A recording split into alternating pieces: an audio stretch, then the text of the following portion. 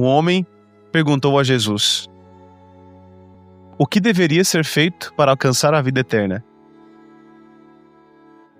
Quem aqui já fez essa pergunta? O que nós devemos fazer para irmos para o céu? Eu me faço essa pergunta todos os dias, e nós temos que fazer, porque a nossa vida, ela está apontada para a eternidade. Os nossos pés estão aqui neste mundo. Temos que viver até o fim a vida que Deus nos reservou nesta terra. Mas o nosso coração está apontado, existe dentro de nós uma seta, existe uma bússola dentro de nós que aponta para o céu. Como uma bússola que sempre aponta para o norte magnético, o nosso coração também, ele sempre está apontado. Inclusive, e apesar de quando nós buscamos até o pecado, estamos buscando a Deus. Parece ser estranho isso, né?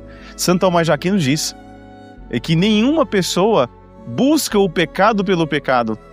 Até quando um pecador busca o prazer que o pecado oferece, no fundo ele está buscando o bem e nunca o mal. É claro que depois ele percebe o mal que fez e a graça que se perdeu. Mas o coração do homem, ele busca a eternidade. O homem é, por natureza, um ser religioso.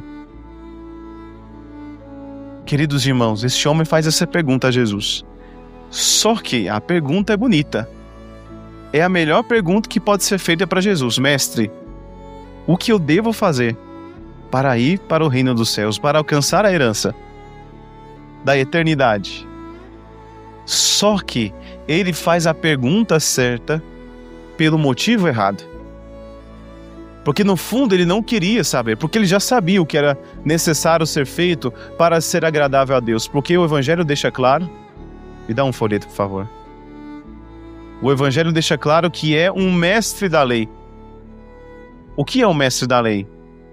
Era um homem, um judeu, que conhecia bem provavelmente a Sagrada Escritura de cor. Quando eu digo Sagrada Escritura, estou falando do Antigo Testamento.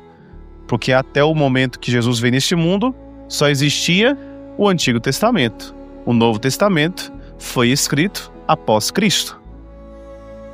E o Evangelho deixa claro que um mestre da lei se levantou e querendo pôr Jesus em dificuldade, ou seja, com certeza essa pergunta foi feita com sarcasmo, foi feita com uma ironia, porque ele já sabia a resposta. Ele queria ver o que Jesus iria dizer e a partir das palavras de Jesus queria colocar Jesus numa situação embaraçosa.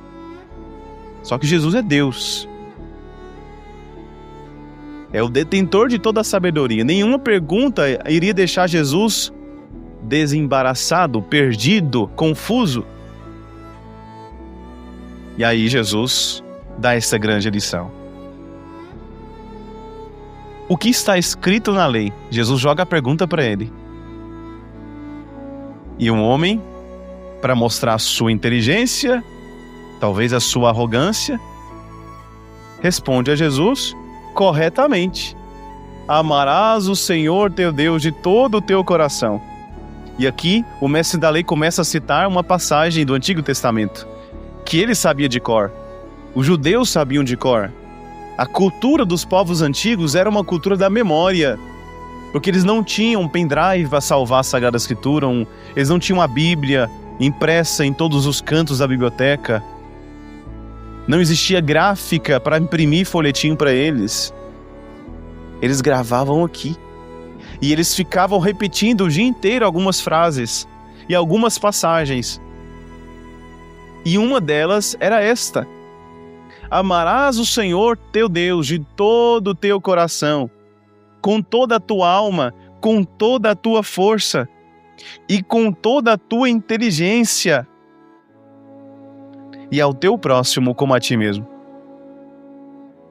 Que resposta bonita, é a certa. E Jesus disse: parabéns, é isto mesmo, vai e faz isso, vai e coloca em prática isso. E é o homem não satisfeito com a resposta de Jesus, porque queria colocar Jesus numa situação dificultosa. E ainda fala: e Jesus, quem é o meu próximo? E nosso Senhor nos dá essa grande parábola do bom samaritano, que enche o nosso coração de tantas meditações. Poderíamos tirar aqui tantas reflexões sobre isso. Mas como eu sempre faço com todos, quando escutamos o Evangelho, precisamos fazer o quê? Nos colocar dentro dele. Porque a palavra de Deus, ela preenche a nossa vida e nós fazemos parte dessa história. Eu sempre digo, a Bíblia é diferente de todos os livros.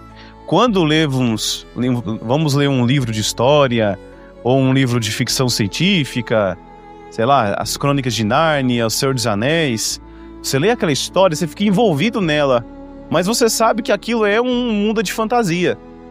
É um mundo de ficção que não existe na realidade.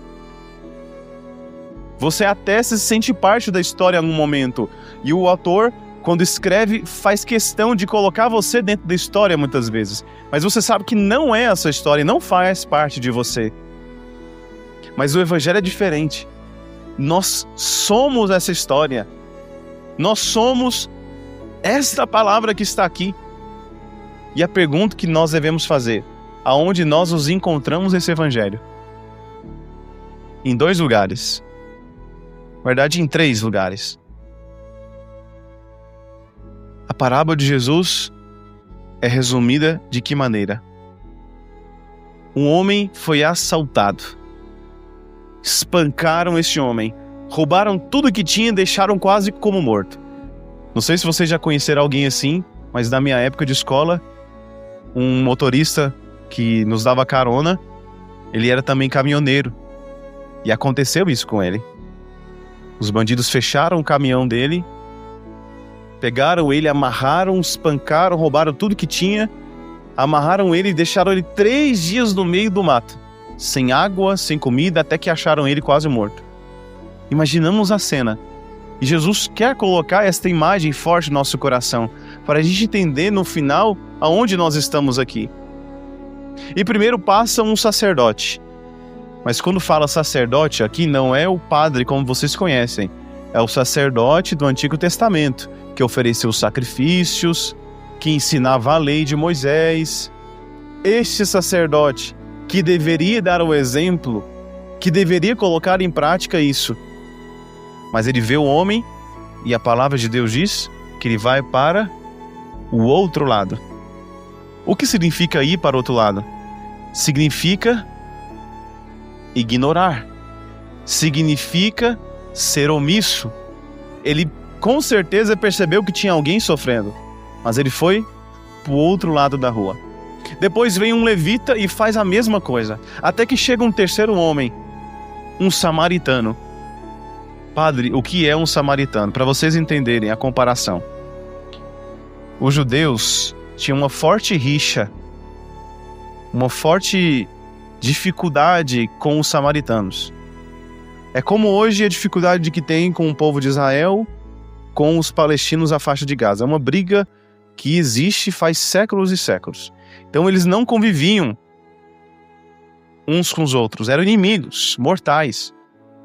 E Jesus diz que foi um samaritano que ajudou aquele homem. Mas o samaritano faz diferente de todos os outros, porque ele não apenas não desvia do caminho. O samaritano, que é a imagem de Jesus Cristo, porque ele é o bom samaritano, olha o que ele faz. Primeiro, ele se aproxima. Depois ele vê aquele homem e sente compaixão. 3 coisas. Ele se aproxima, ele enxerga e ele sente compaixão. A compaixão é o quê? Eu sofrer com o outro. A palavra mais moderna para entendermos a compaixão é a empatia. A capacidade de nos colocarmos no lugar do outro, de olharmos o mundo na perspectiva da outra pessoa que precisa da nossa ajuda. É assim que nós criamos conexões com as pessoas. Quando nos interessamos pelo próximo, geralmente nos tornamos amigos, geralmente das pessoas que criamos empatia. Quando sabemos nos colocar no lugar do outro e entendemos exatamente o que ele está sentindo. Essa é a atitude de Jesus para conosco. Ele não apenas nos enxerga, nos vê, nos percebe, mas Ele nos coloca, Ele se coloca no nosso lugar. Não é à toa que Ele se fez homem. Existe maior prova de compaixão e de amor do que essa que Jesus nos deu? Ele de fato se colocou no nosso lugar, assumindo um corpo mortal, morrendo na cruz, sofrendo por nós, assumindo as nossas dores, os nossos sofrimentos na cruz, para te salvar, para curar as suas feridas. As feridas de Jesus Cristo curam as feridas do nosso coração. As chagas de Jesus curam as nossas chagas, as enfermidades, as humilhações. Tudo o que o Senhor sofreu para curar a ferida aberta no coração de cada um de nós. Todos nós nascemos com uma ferida, nascemos com um pecado. E mesmo depois de batizados, infelizmente, voltamos ao pecado. O pecado faz exatamente o que fez com este homem caído no chão. Este homem abandonado é a imagem nossa. Quando deixamos o pecado dominar o nosso coração. Quem são os assaltantes? Quem são os bandidos? São os pecados que nos destroem, que nos escravizam, que retiram de nós a força e a dignidade. Este homem caído, pisado, esquecido e desprezado, é cada um de nós, sou eu, Padre Bruno, é você. E Jesus oferece a sua cura. O Evangelho diz que o bom samaritano, ele também derrama sobre as feridas do homem óleo e vinho. É claro que hoje não é uma coisa utilizada na medicina para curar, mas talvez na época de Jesus fosse algo utilizado para esterilização ou para alguma forma de cicatrização. Talvez o óleo que era usado. Era o que eles tinham.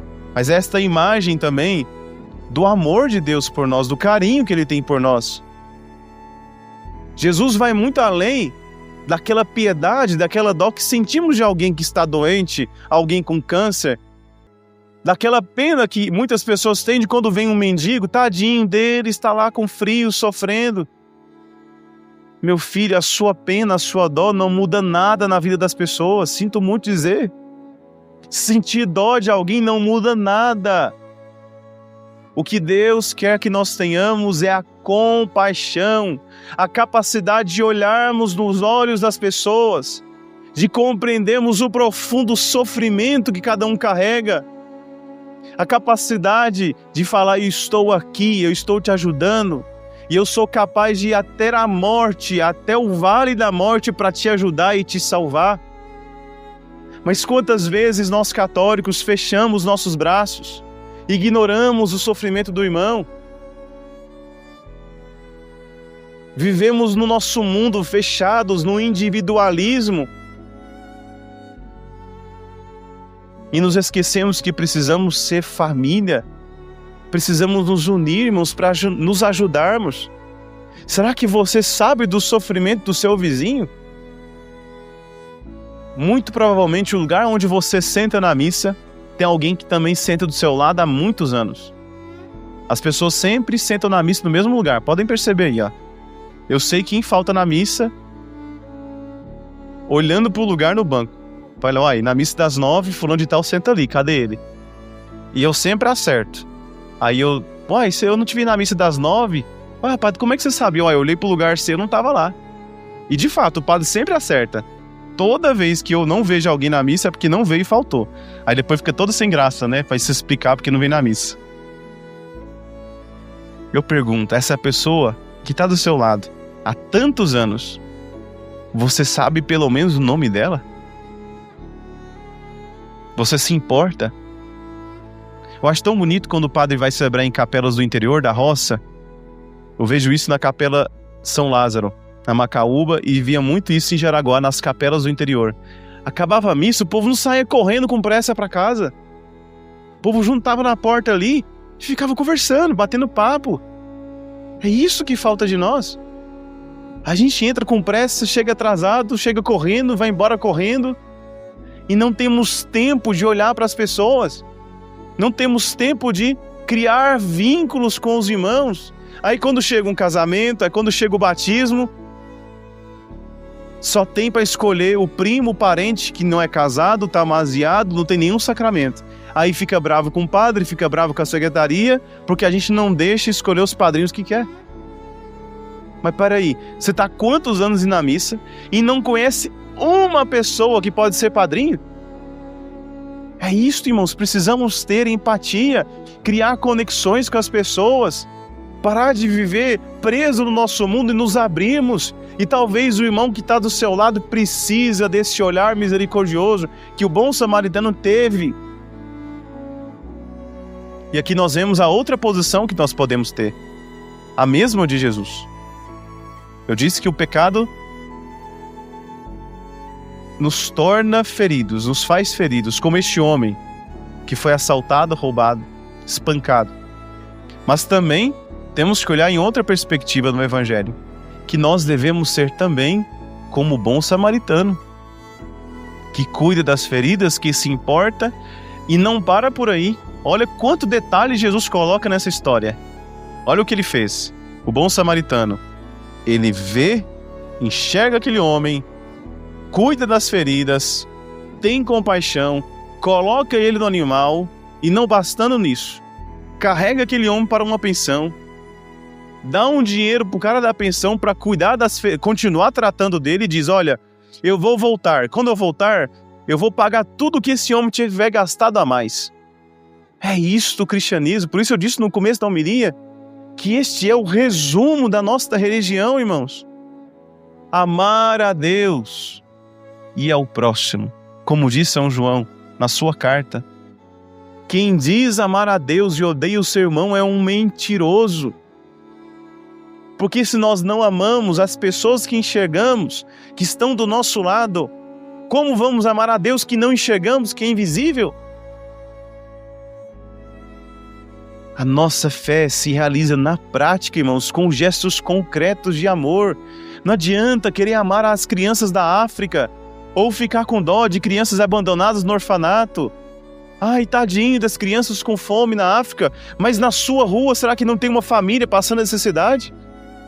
Na sua família, você é capaz de se compadecer das baleias da Groenlândia, mas não consegue ajudar uma mãe que está tendo dificuldade de colocar o pão de cada dia na mesa de uma criança, uma família.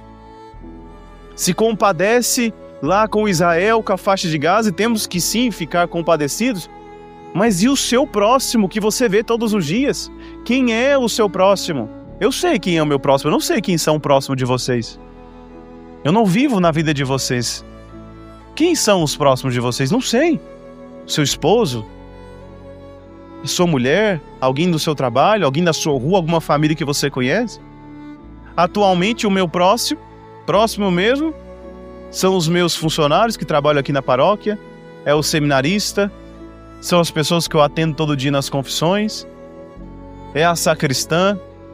Esses são os meus próximos, que estão fisicamente mais próximos comigo todos os dias no dia a dia. Mas quem é o próximo?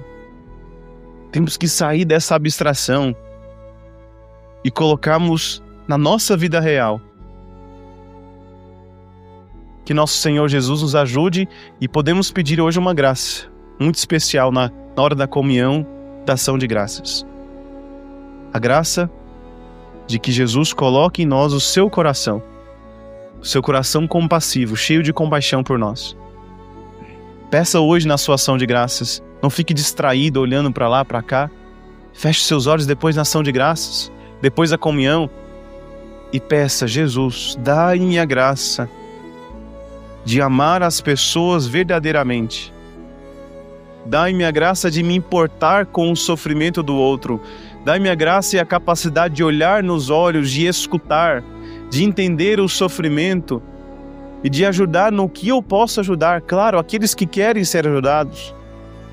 Coloque em mim, Senhor Jesus, um coração que ama. Tira de mim o egoísmo, o egocentrismo. Tira de mim, Senhor, o individualismo. E coloca o meu coração junto do seu coração. Você pode pedir hoje essa graça. Que a Virgem Maria interceda também por nós.